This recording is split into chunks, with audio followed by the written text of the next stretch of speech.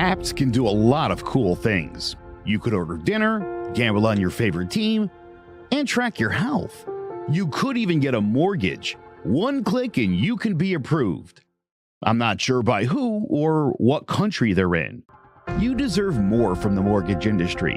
At AnyMac Home Mortgage, we believe in the need for live human interaction during a very complex process.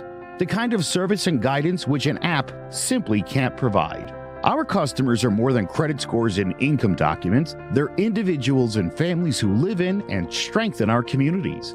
Their story is our story, and that story begins in a home. Chris Sawyer is an expert on providing superior customer service and in meeting the mortgage needs of current and future homebuyers. With over 18 years of experience in the industry, Chris is able to help customers migrate through the home buying and home financing process by using his wealth of knowledge as a well-qualified mortgage professional. And best of all, Chris is located in Cromwell, Connecticut, where he has helped hundreds of clients in Connecticut, Massachusetts, and Rhode Island make their dreams of homeownership a reality. Visit chrissawyer.any-mac.com. Email him at csawyer@any-mac.com or give him a call, 860-878-8730. Chris Sawyer, NMLS number 39345, corporate NMLS number 338923. AnyMac Home Mortgage is an equal housing lender. American Neighborhood Mortgage Acceptance Company, LLC. DBA AnyMac Home Mortgage. Lo-Fi Direct. Connecticut First Mortgage Correspondent. Licensed lender. Broker number ML 338923. Massachusetts Mortgage Lender and Mortgage Broker License number MC 338923. Rhode Island Licensed Lender. License number 201128110L. Call for additional details. Welcome to Sports Talk with R&J. I'm Steve Risser, along here with Justin D'Onofrio, and we got to start with NBA free agency, and we got to start with the Philadelphia 76ers that on Monday morning they signed Paul George to a 4-year, $212 million deal. He now joins the big three with Tyrese Maxey and Joel Embiid. I like this deal for the Sixers. Let's just say they're trying. They're trying to compete for a championship. We've seen it before with the Sixers, though. We saw it when they traded for Jimmy Butler. We saw it when they traded for James Harden. Now they're going the free agency route with Paul George. Well, it'll be interesting to see what happens here with the Sixers making this move. I don't like it maybe it proves him a little bit, but what has Paul George ever won? What has Joel Embiid ever won? Tyrese Maxey's still young, he's a good player, but he hasn't won anything either yet in this league. You're giving Paul George, who's going to be 34 or 35 years old, that much money. I don't love it. They're desperate. They're a desperate team to try to compete for a championship. They're a desperate team. That's why they're giving them money. They want to compete for it. Instead of blowing this thing up, they want to compete for it. That's why they're doing it. Yeah, the OKC one didn't work with him, Westbrook, and I think Carmelo for a year, that didn't work. And then Paul George is probably going to be in one of the worst trades in all sports history. That deal that OKC, the Clippers. We'll get to that. We'll get to the Clippers. But yeah, he was definitely in a terrible trade there. Yeah, that's one of the worst in all sports, I think. In quite a while. So yeah, I'd rather have what the Celtics had and have 9 really good players than a big three. And I wouldn't even call these guys big three because they haven't won anything yet. Yeah, they win. Yeah, they really haven't. They haven't won. So they really won nothing. Yeah. Yeah. Then Yeah. And this leads me to my next question. Yeah, this leads me to my next question. Are the Sixers the best team in the East? And no way, not a chance. I don't think they're even close to the best team. I know they got Paul George.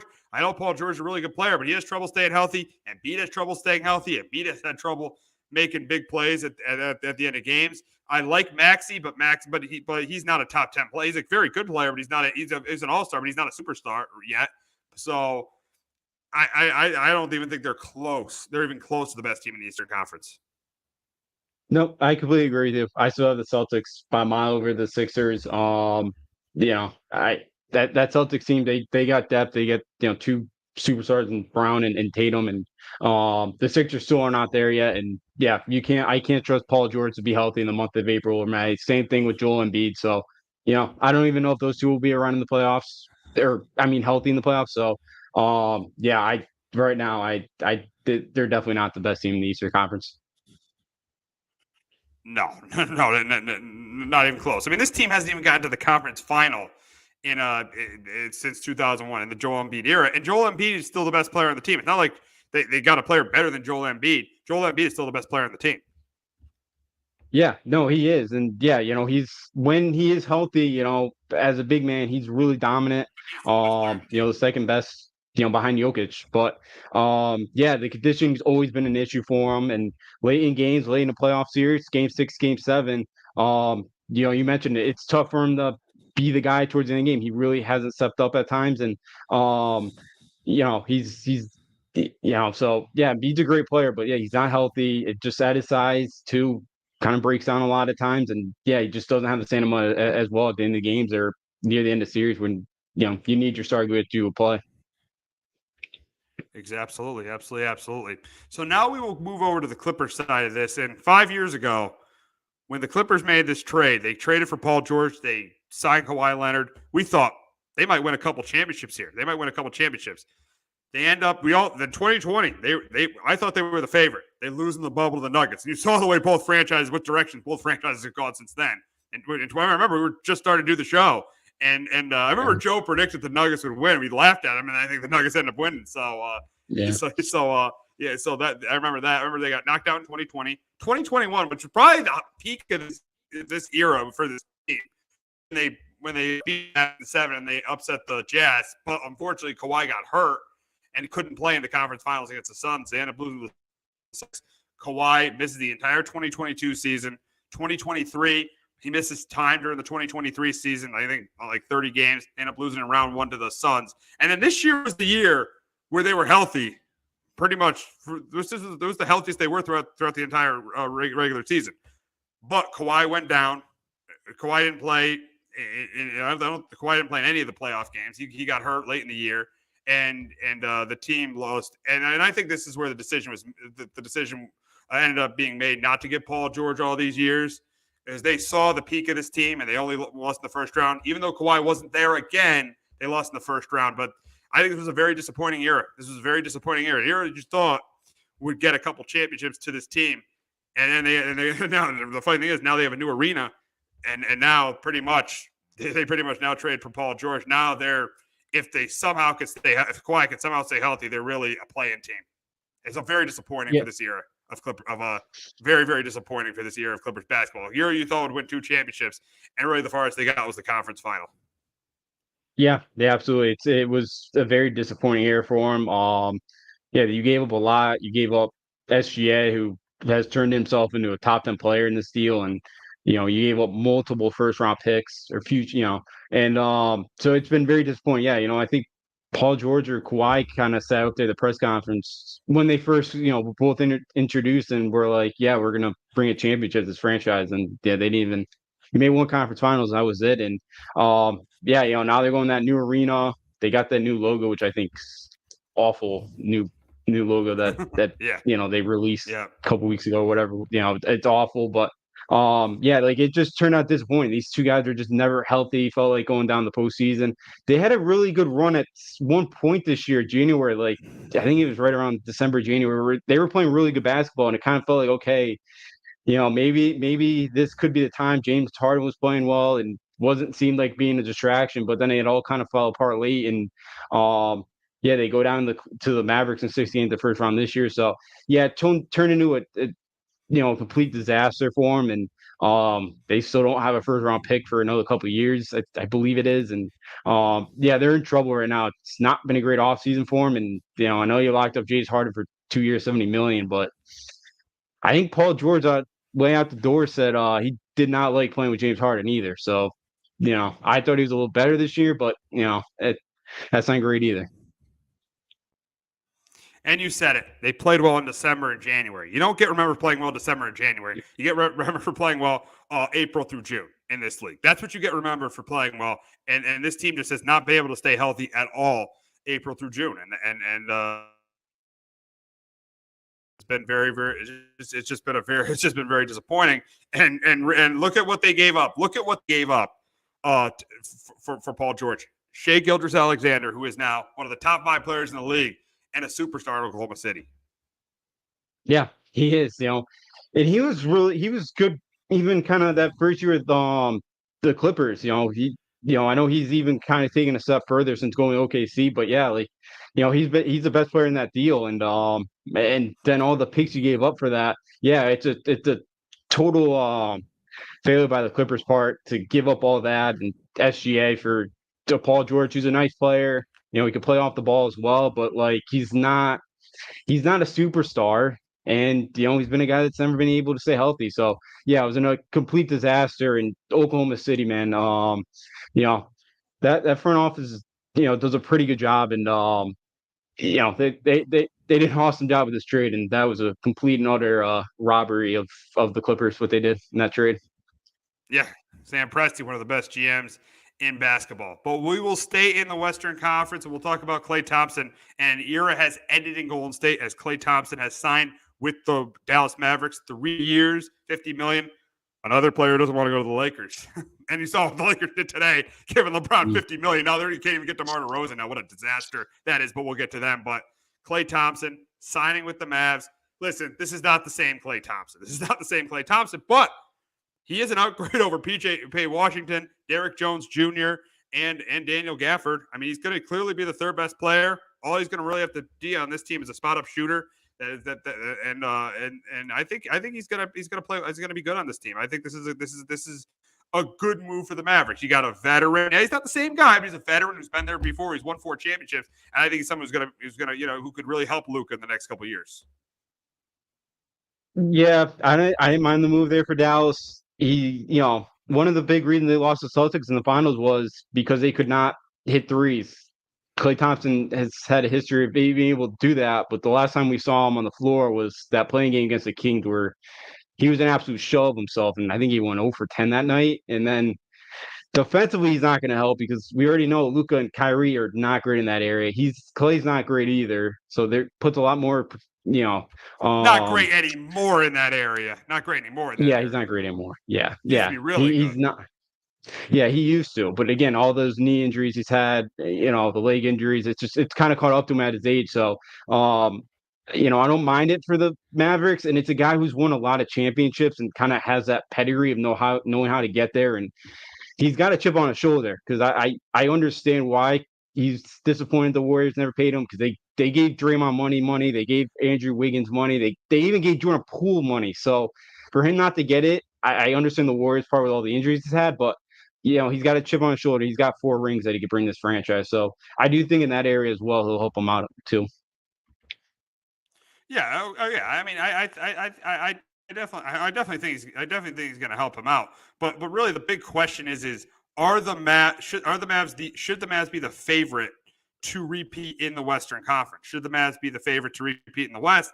And I'm still going to say no because even though the Nuggets lost KCP, I'm still going to go with them. I'm still going to go with them as the favorite. I just think they had a really bad series against Minnesota. I know, listen, they're not the clear favorite, Denver, but I'm still going to go with Denver because they have the guy that has won a championship, that has been through it and won a championship. But Dallas I think they're in very, very good position to repeat in the Western Conference. Yeah, I don't have Dallas repeating either. I'd take the Timberwolves or even the Thunder. Now, my hypothetical would be, I know Phoenix is trying to trade Durant. Do you give up a couple of those picks to your OKC, bring back KD, see if you can finally help bring a title back to OKC? I think OKC's done enough this offseason getting Caruso and getting Hartenstein. Not great moves, but moves that could help them. Yeah, moves that are going to help OKC. So I think either of them or Minnesota are still better. The Western Conference is definitely going to take a step back next year because Nuggets losing Pope I think does hurt a little bit. They don't have much depth. The Clippers we just talked about, they're going to take a step back as well. So it'll be a little bit easier in the Western Conference I feel like next year. But yeah, I still think OKC or Minnesota are better than the Dallas Mavericks at the moment.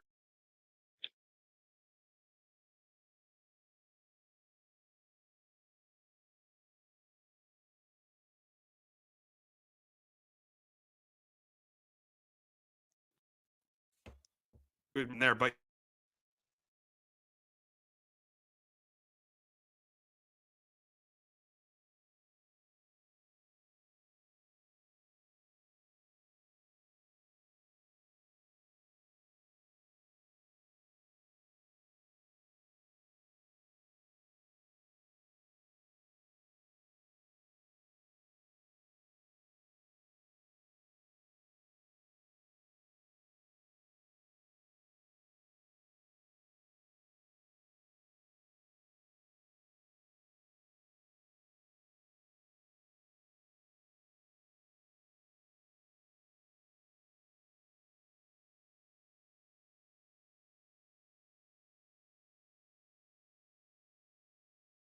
I, I, sorry about that. I think we're back now. I think Steve's dealing with some technical issues at the moment. Going back to the Mavericks here for a minute, and if they're still the favorite to win the Western Conference at the moment. Definitely the OKC, Minnesota.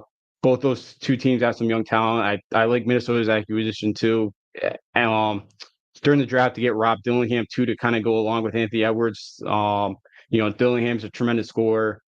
And if he can figure out the defensive end of the floor just a little bit, they still got Mike Conley back as well, a nice veteran piece. So, the Timberwolves should take another should be right up there again. That Dallas, I think for them, they got to get another score. I feel like their paint defense again still going to be pretty good, but if Dallas could add another shooter, because we saw it just didn't have the role pieces there towards the end. Against Boston, they just did not have enough here. So for the Mavericks, they can add one more piece there. And I think we got C back now. Yeah, I'm back. I am back. Yes, I am back. So yeah. I mean, what were you talking about? How they? I mean, yeah. I think again, like I said, I think they're good, but I'm still going to go with Denver in the Western Conference. Yeah. I'm still going with Minnesota or OKC in the Western Conference. I think those two teams are young talent. I think both those teams take another step forward this year, and I'll take either one of those two. Still better over the Mavs at the moment. Yeah, I would agree there. So now though, you had the Warriors and the Lakers losing players. You had the Warriors and Lakers. The Lakers didn't lose players. LeBron James did opt into his deal today, but they didn't get better. And the Warriors, they lost Klay Thompson. But the big question is who is in better shape going into this year? Which team is in better shape, the Warriors or the Lakers? And I'm going to still go with the Lakers. I think the Lakers. I still think even though they don't have Anthony Davis and they don't have Anthony Davis and they don't have LeBron James. They do have Anthony. They just really have Anthony Davis and LeBron James. I just don't think I know there's not a lot of depth on the roster, but for the Warriors, they got to have some of these younger guys like Kuminga and that shooting guard. Let's start with the P. Name starts with a P. Pozowski or somebody. He's got to step up. So I do think that the Warriors. I do think the Lakers are a little bit better shape than the Warriors, but neither team is in great shape. No, neither team are. I'm going to take the Lakers as well because I know Darvin Ham was an absolute disaster as a coach. I can't imagine JJ is going to be much worse than Darvin Ham. And in the series too against the Nuggets in the first round, they were up multiple games that series by 10 to 20 points. So against the Denver Nuggets in that series, I know they lost in 5, but they were ahead most of those games against Denver. So yeah, I of course, Dalton Connect falls right into their lap, something that they need more shooting. There at number 17. I know they gave Bronny the full guaranteed deal today as number 55 overall pick, which yeah, absolute joke, but it is what it is. But yeah, LeBron opting or getting that new kind of deal for 2 years, 50. There's not, they're already over the second apron, so there's not like. It's going to be tough now for them to get much better than they are already with being over that second apron at 190 million. So, yeah, I just think with the Warriors last year, you kind of just see it. If a couple of those younger guys could step up, I take Golden State, but I kind of like, a little bit more of the Lakers right now than the Warriors. Yeah, I mean, I would say I do like the Lakers too. It's just it's close. Both teams are not in great shape. Both teams are playing teams at best going into the season. I think next year. But I would definitely go with the Lakers. Yeah, I'm with you. You still got LeBron too, and hopefully AD is healthy again all year, and Dalton Connect I think could slide in there and be a nice piece offensively for them as well. So, I think the Lakers are now just in a little bit better shape than Golden State. Yeah, I would agree. I would say the Lakers are in better shape. But we had the Celtics who were busy as well. They signed Jason Tatum to an extension, paying him $63 million a year. And you look at all these contracts, crazy contracts for him, Jaylen Brown, Drew Holiday. They are set to win, a a couple of titles in the next couple of years, and they're set to win. They're set to be one of the top teams for the next 3 to 4 years. And the big question is, the next 5 years, how many titles do you think the Celtics will win? I'm going with 2. I think they win a couple titles. Yeah, I think 2 is a good number. Yeah, I go with 2 because right now in the Eastern Conference, I still think they are a bit better. I know we'll get to later on again with about the Eastern Conference. I still think they have a nice road to get there, and the Western Conference, some of the teams, yeah, we talked about OKC, Minnesota, still kind of on the younger side. So, yeah, I think the Celtics should win a couple more with Jason Tatum, Jaylen Brown, and now getting it to Derek White back as well. Who they have the depth. They have like 8, 9 really good pieces that you can count on night in and night out for them, which you need. Absolutely. Oh, absolutely. Yeah. They're just so deep. Tatum's not a top 5 player, but he's top 10. Jaylen Brown is a top 15 player. They're so deep. Yeah, this Celtic team is set to win. They won't win. They're set to win a couple titles. They're set to be successful for a while. Yeah, they are. Brad Stevens done a remarkable job up there. Since going up to the front office, he's done a really nice job. They got rid of Marcus Smart, who I know was like a fan favorite last year. They got rid of Robert Williams the third. They moved him off to Portland and bringing in Drew Holiday, Derek White. Brad Stevens did an unbelievable job building this roster, or kind of the remaining pieces of this roster. And yeah, this Celtics team is going to be a force to be reckoned with the next handful of years.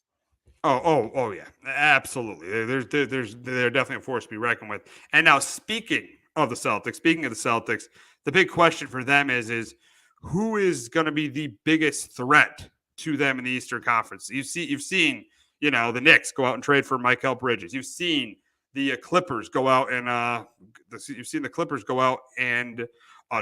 they went out and my bad. The Sixers go out and trade for Paul George. You saw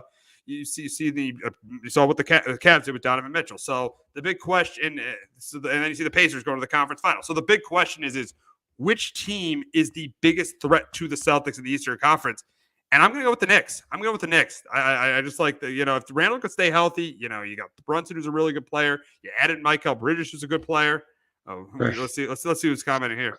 Definitely Frank. Not the Heat. Oh, definitely not the Heat. At least Frank is admitting it's not the Heat. At least he's admitting it that it's not the Heat. Knowing that knowing everything going on with Jimmy Butler. I don't know if he's being sarcastic there, but I think he's definitely admitting not the Heat. But yeah, I think it's the Knicks. I'm not being biased. I'm saying it's the Knicks because of the trade for Bridges.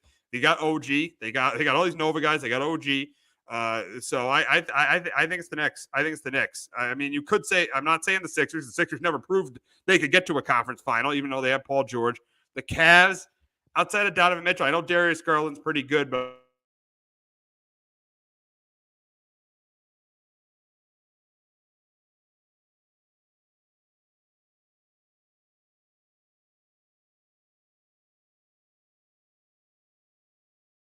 yeah, I'm taking the Knicks as well here. I think Steve's kind of dealing with some technical issues here at the moment, but yeah, I do agree with the Knicks. I think all the Nova guys now you have with Brunson, DiVincenzo, Josh Hart, as well as Bridges right now.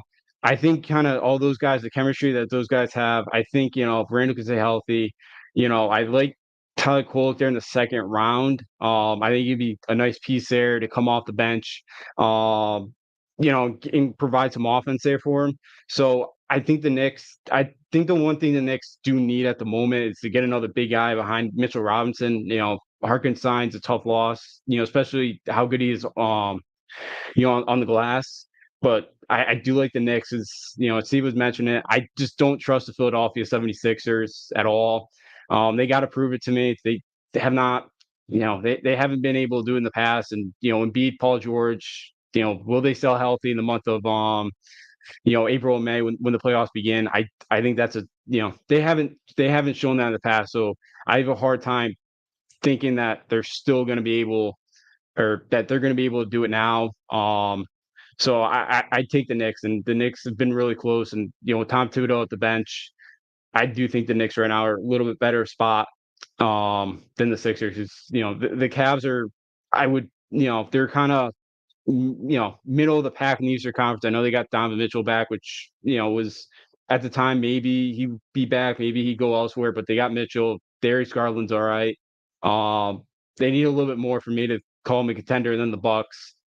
I see Frank time with the Bucks. The Bucks with Giannis.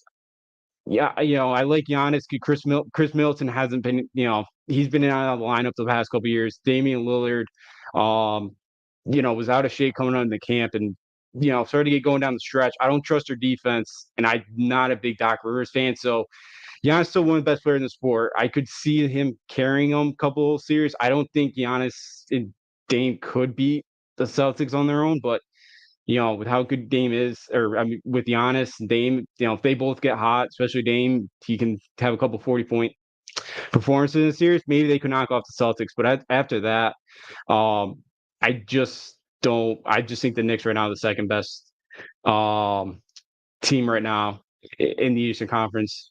So yeah, and and we will take a quick break here, and when we come back on the other side, we will talk about some baseball. We'll talk Yankees, Red Sox, their first series at Yankee Stadium coming up this weekend, and who's more likely to win the division, the Yankees, or to be the Red Sox making one of the wild card spots. We will be right back. Apps can do a lot of cool things. You could order dinner, gamble on your favorite team, and track your health. You could even get a mortgage. One click and you can be approved. I'm not sure by who or what country they're in. You deserve more from the mortgage industry. At AnyMac Home Mortgage, we believe in the need for live human interaction during a very complex process. The kind of service and guidance which an app simply can't provide. Our customers are more than credit scores and income documents. They're individuals and families who live in and strengthen our communities. Their story is our story, and that story begins in a home. Chris Sawyer is an expert on providing superior customer service and in meeting the mortgage needs of current and future homebuyers. With over 18 years of experience in the industry, Chris is able to help customers migrate through the home buying and home financing process by using his wealth of knowledge as a well-qualified mortgage professional. And best of all, Chris is located in Cromwell, Connecticut, where he has helped hundreds of clients in Connecticut, Massachusetts, and Rhode Island make their dreams of homeownership a reality. Visit chrissawyer.any-mac.com. Email him at csawyer@any-mac.com or give him a call, 860-878-8730. Chris Sawyer, NMLS number 39345, corporate NMLS number 338923. AnyMac Home Mortgage is an equal housing lender. American Neighborhood Mortgage Acceptance Company, LLC, DBA AnyMac Home Mortgage. Lo-Fi Direct. Connecticut First Mortgage Correspondent. Licensed lender. Broker number ML 338923. Massachusetts Mortgage Lender and Mortgage Broker License number MC 338923. Rhode Island License Lender. License number 2011280L. Call for additional details.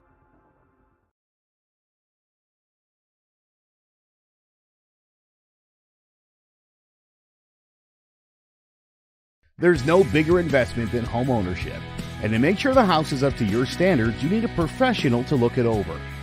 Brian Flanagan from Shamrock Home Inspections is a licensed home inspector and a member of the Connecticut Association of Home Inspectors. Brian was a contractor for over 15 years, so he knows how homes should be constructed and how mechanicals should work. What makes me a good home inspector was the 20 years that I was a home improvement person, doing all the different repairs that I have done and what other people have done wrong that I had to go out and fix. So I have a pretty quick eye on seeing what's right and what's wrong. Before you move, call Shamrock Home Inspections. Before you make the biggest investment of your life, call Brian Flanagan from Shamrock Home Inspections at 860-268-2566 or visit shamrockhomeinspectionct.com.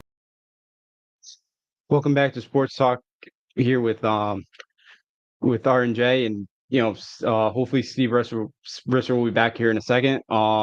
Now we'll move over to some Major League Baseball, and we'll first talk about the New York Yankees here. Last night, dropped a tough one on the Reds. They dug themselves in a 5-0 hole, and, they come back, got 4 runs, weren't able to get that 5th one. But for the Yankees, again, split with the Blue Jays team that's not playing great.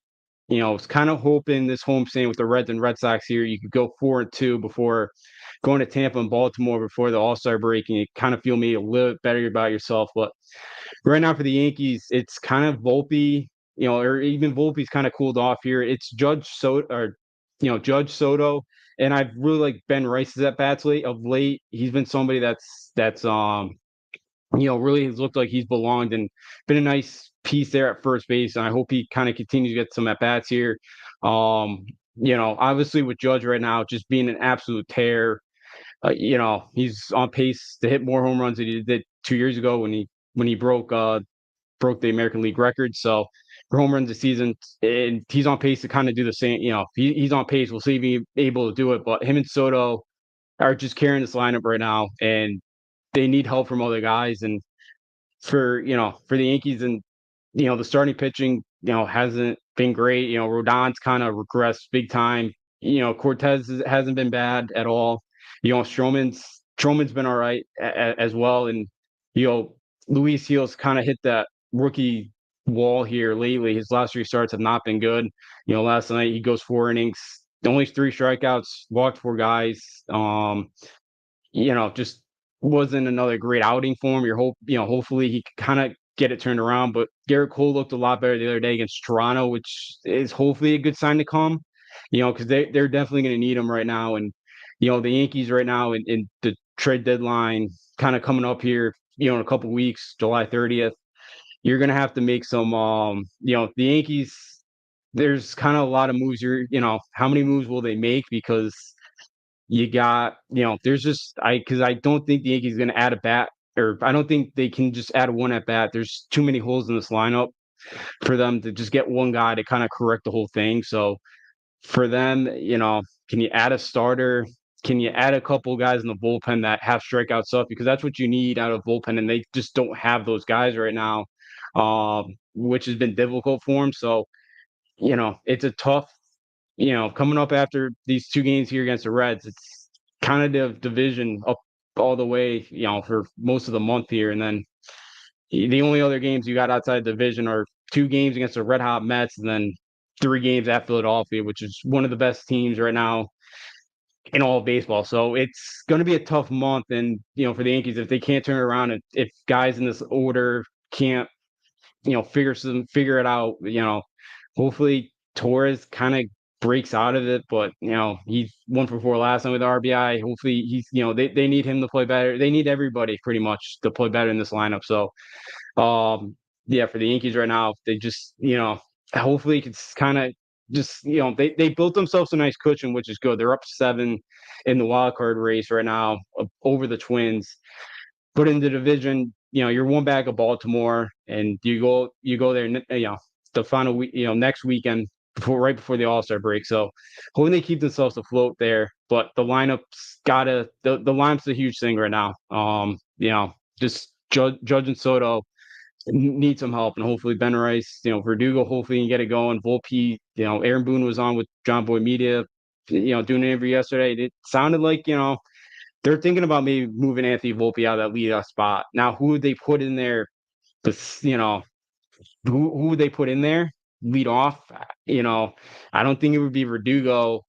LeMahieu, he went over for 4 last night after maybe it looked like he kind of figured some things out. I don't know who you would put in there at leadoff outside of Volpe right now. Be interesting to see, but he's been struggling. So for the Yankees, it just they gotta do they need a big start tonight out of Rendon. But the last outing he gave up 8 earned runs, 10 hits in 5 innings. He kind of finished, and the start before that, he gave up 7 runs to Atlanta. So and 5 runs against Boston, 3 starts ago. So it's not been good lately for Carlos Rodon, and you need him big time here to help out, to step up for the other guys around. And now I guess we'll move over to the Boston Red Sox here. And for them, they lost 2 out of 3 this past week in San Diego. Friday and Saturday were blowouts. They lost 9-2 and 11-1, and then Sunday bounced back. They got a 4-1 victory. Then last night they go down to Miami, start off a 3-game set down there, and get an 8-3 win. Solid outing from Cutter Crawford last night. He pitched really well. The lineup, Jalen Duran, Tyler O'Neill had a couple hits. Devers had 2 RBIs. Connor Wong, who batting 324 right now at the catcher spot, which you have a catcher that hits that high, average like that. Usually, you're feeling pretty good when your catcher spots can give you when he's good in that lineup. So for Boston, nice kind of bounce back here the last couple nights. Hopefully, think you love to get greedy here and try to go for a sweep. They got Brian Baylor going tonight. He's gotten an extra couple days off here after the last couple starts haven't been great for him. Cora wanted to give him a couple extra days to figure out what's kind of gone wrong, and hopefully you can kind of figure it out for their sake. They're going up against Trevor Rogers, who's 1-8. He's not been good. His last two starts have been a bit better. He pitched well against Philly and Seattle, a team that can't hit, but hopefully against Miami or against Trevor Rogers, they can get it going. And then tomorrow you got Kyle Tyler, who's only made 3 starts this year. His numbers aren't too bad, but I think you're Boston. You love maybe to try to get greedy, get a sweep here before going to New York this weekend, where they've really, where the Yankees is, as I just talked about, has really struggled here of late, and you love to get them back here and take 2 out of 3, in New York. All righty, I'm finally back. Thanks, Justin. Here we go. Yeah, no problem. We're just talking about the Red Sox here. Just getting ready, just kind of talking about the Miami and talking about Red Sox the week that they got Miami. I think they would love to get greedy and get a sweep, and then maybe try to get 2 out of 3 from a Yankee team that's kind of not playing great baseball right now. Oh, Frank, it took you long enough. Yeah, having technical difficulties at my condo. Thanks, Frank. But yeah, Red Sox. Yeah, they're playing well. I mean, they're an average team. But yeah, it's a big series with the Yankees. It's a big series with the Yankees this week. Miami sucks. There you go, Frank. Miami sucks in baseball too. Yeah, it's a big series this weekend with the Yankees. I think the Red Sox. Their pitching has been pretty good. Their offense has been pretty good. It's about Frank was about to join. Frank could have came. I could have came. I could have joined for me. I mean, I was about to jump. But yeah, I mean, yeah, they're playing well. But again, as we've said all year long, the big question for them is what do they do with the trade deadline? What do they do with the trade deadline? Do they make moves? And this team needs to improve. That's the biggest thing for them. Is this team really, really needs to improve at the trade deadline. That's pretty much the biggest thing for them. That pretty much is it. So have we talked about the series yet between the Yankees and Red Sox? We have not yet. No. What about the Yankees? I did start off with the Yankees there. Gotcha. Oh, you ripped Rendon. You ripped all those guys, Rendon and Keel, not pitching well. So yeah. So the bullpen's not great. Bullpen. It's been a rough time for the Yankees. Red Sox have been playing pretty well, but they do meet up this week, and that should be a very, very interesting series between those two teams, between the Yankees and the Red Sox. And I think this is a week. You look at the first game between those two teams, and in that first game, it's I got it for you. You got it's Houck versus Cortez is the problem at the moment. Cortez, I think you got Cole pitching on set. Yeah. You got Cole pitching on Saturday, and then on Sunday you got Luis Heel going against Crawford in the Sunday night game. Luis Heel has not been pitching well, so I think Friday night. I think that'll give that one to the Red Sox, and then Saturday, Sunday, I'll probably give it to the Yankees. I do think the Yankees take 2 out of 3. I know they lost 2 out of 3 in Boston, but I do think the Yankees take 2 out of 3. I have Boston winning 2 out of 3 this weekend. Heel hasn't pitched well. Carter Crawford looked really good last night. I know it's a bad Marlins team, but he pitched pretty well.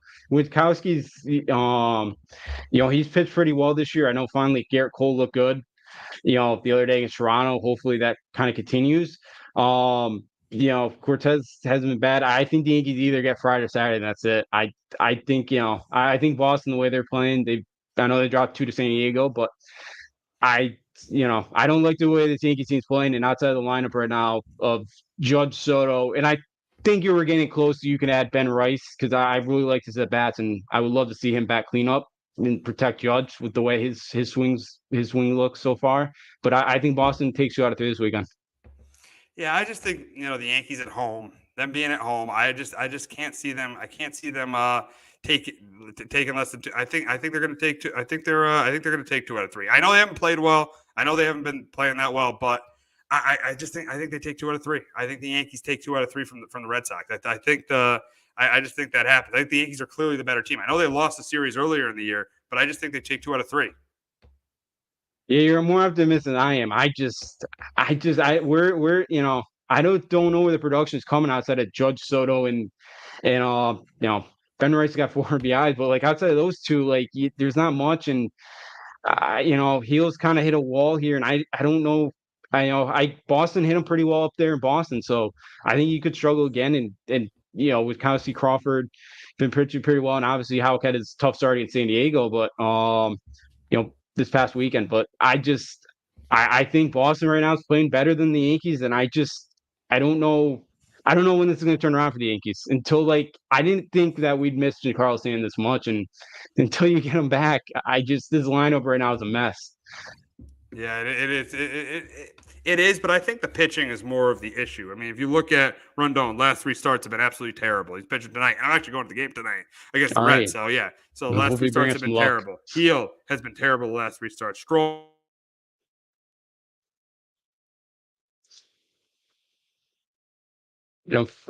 I think, unfortunately, we lost Steve again there. He was talking kind of about the Yankees pitching woes here the last couple of weeks. With Stroman has not been great. 3 of his last 3 starts, he's given up at least 3 runs. Cortez's last 2 starts, gave up 3 runs Toronto the other night. So, I get his point with the pitching's kind of been the issue right now. I feel like for the Yankees, if they could add a guy or 2 at the rotation or a bullpen guy, it's going to help. But I think with that lineup right now, just adding 1 guy, I don't think is going to fix the entire. There's just too many holes right now where 1 bat can kind of come in and kind of fix all your issues. So that's where I'm at with the lineup. I kind of very concerned with the lineup right now, but I get his point here with the pitching because it's not good, and I don't know if it's going to turn around for Heel. It's not been good, and I think as teams now have seen him for the second time, have kind of understood his pitch sequence of trying to get ahead with that fastball first, they're kind of jumping on it. So, they definitely do need to add a starter too. I think there's a lot of pieces that they need right now, and that's going to be the difficult the part. And we talk about trade deadline here. It's going to be tough to see where a lot of these kind of teams like the Yankees go, because it's this. I don't think it's going to be a huge seller market, because you look at the National League and pretty much outside of Miami and Colorado, I believe the Cubs are only 5.5 back, and they're in the 10th spot in the wild card right now. So I don't think there's going to be a lot of teams selling. I know there's some teams like Washington, maybe even Chicago, the Cubs now talk about selling, but like Colorado doesn't have a ton of guys that are worth, getting. Miami doesn't either, really, in the lineup. I don't think they're not trading Josh Chisholm. And then you kind of go to the American League. Yeah, White Sox, you got Luis Robert, but that's really about it in their lineup. I don't, and then Oakland, obviously, there's not much there besides Mason Mills. So with the trade deadline, you might have to pay a hefty, you might have to pay big bucks or give up a couple really good prospects here to get somebody, because there's just not a lot of teams selling. So, or I don't think will sell unless the things change in the next couple of weeks. So that would be tough for the Yankees, even Boston, and well, guess we can talk. I'll talk a little. Red Sox, what they kind of do to get a little bit better here towards the deadline. I think they definitely need to add another ready bat, kind of, and just because they're just way too left-handed. Then most nights they got like 7 guys that are batting lefty in that starting lineup. So if they can go grab a right-handed bat, I think would be really good for them there. The pitching staff's been pretty good, but yeah, if you can add another guy in that bullpen, Chris Martin's been pretty good. Kenley Jansen's looked really good. I think Liam Hendricks has been throwing, so maybe you get him back in August, which is a nice piece as well, that you kind of go either in the 7th, 8th, or 9th inning, which would be big here. So, and I think we got Steve coming back here. Yeah, it's been crazy with the technical issues in my neighborhood today. So let's wrap up. Let's talk about like which team has a better chance to make a run in the what's more likely to happen? The Yankees win the division or the Red Sox making the playoffs? And I still think it's the Yankees winning the division. They're only 1 game out. The Red Sox are still. I know they're a half game out, but I just don't trust. You can't trust Tanner Houck being really good for an entire year. You can't trust Carter Crawford being good for an entire year. At least you can trust Garrett Cole to be dominant. At least you can trust Juan Soto to be dominant, and you can trust Aaron Judge to be dominant. So I'm gonna go with the Yankees. I'm gonna go with the Yankees here. I'm gonna go with the Yankees winning the division. I'm gonna go Boston to make the postseason. Yeah, the Barnes pitch stats been really good. Bullpen wise, Kenley, Chris Martin have been really good in the 8th and 9th inning. You could add, I was mentioned a minute ago, Liam Hendricks might come back in the month of August. They're hoping coming back from Tommy John. So that's another guy you can have in the back end of the bullpen here. But for me with the Yankees, I just think there's too many holes to plug that it's going to be tough in Baltimore. If they could add a Garrett Crochet, which I think is very possible because they could give up a boatload. They got a ton of prospects. You can add him to that rotation. You could add a bullpen guy. I think Baltimore's be tough because I just, I just think there's too many holes for the Yankees to try to get enough here to trade the line. And I think Boston, we'll see if John Henry does anything, but if they can add a piece or two, another right-handed at bat, I think it's Boston to make the playoffs. I know Houston's right there. They don't lose now, and Tampa's only 3 out, and maybe Texas gets it together at some point. But I don't trust the Yankees right now. Yeah, I could see that. I definitely I could see you not trusting the Yankees with the way they're playing. I just think they have more talent than the Red Sox, and I just see them being the team that can make a longer could win a division. I think they could win a division. I think the Red Sox. I don't trust this ownership group to spend money at the end. Yeah, I could see that. Yeah, because Henry really hasn't, and he's been kind of little. He's not spent the big bucks where Boston fans have been hoping for. And yeah, maybe they stay put. I know Core said I think it was last week, was like, we got to go all in, and we'll see if they do that. But and I could see it. I expect maybe Houston make a move too at the deadline. Tampa, I know, just gave up Savali today. He hasn't been great though, but yeah, I could see the Red Sox ownership, not go all in. But I just think Baltimore's I think they're just a better team than the Yankees. And with that new ownership group, I do think, they're not gonna, they'll go out and I think they'll go get somebody. I think they can go get a Garrett Crochet, and go add to that bullpen like a Tanner Scott from Miami. So I think Baltimore's a better team. And I think, when the Yankees play them down there next weekend, I think they'll take 2 out of 3 from the Yankees then, and wouldn't be shocked if the Orioles end up sweeping New York. So I think Baltimore could really widen their lead next weekend, especially the way the Yankees are playing. I think by the All-Star break, I wouldn't be shocked if Baltimore's 3-4 up on the Yankees. Yeah, we'll see.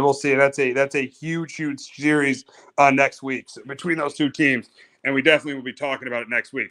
So, Justin, thanks for dealing with all my technical issues. No problem. That's going to wrap it up this week on Sports Talk with R&J. For Justin D'Onofrio, I'm Steve Risser. We'll be back next week talking about the rest of NBA free agency and the Yankees' big series with the Orioles. Have a great weekend, everyone.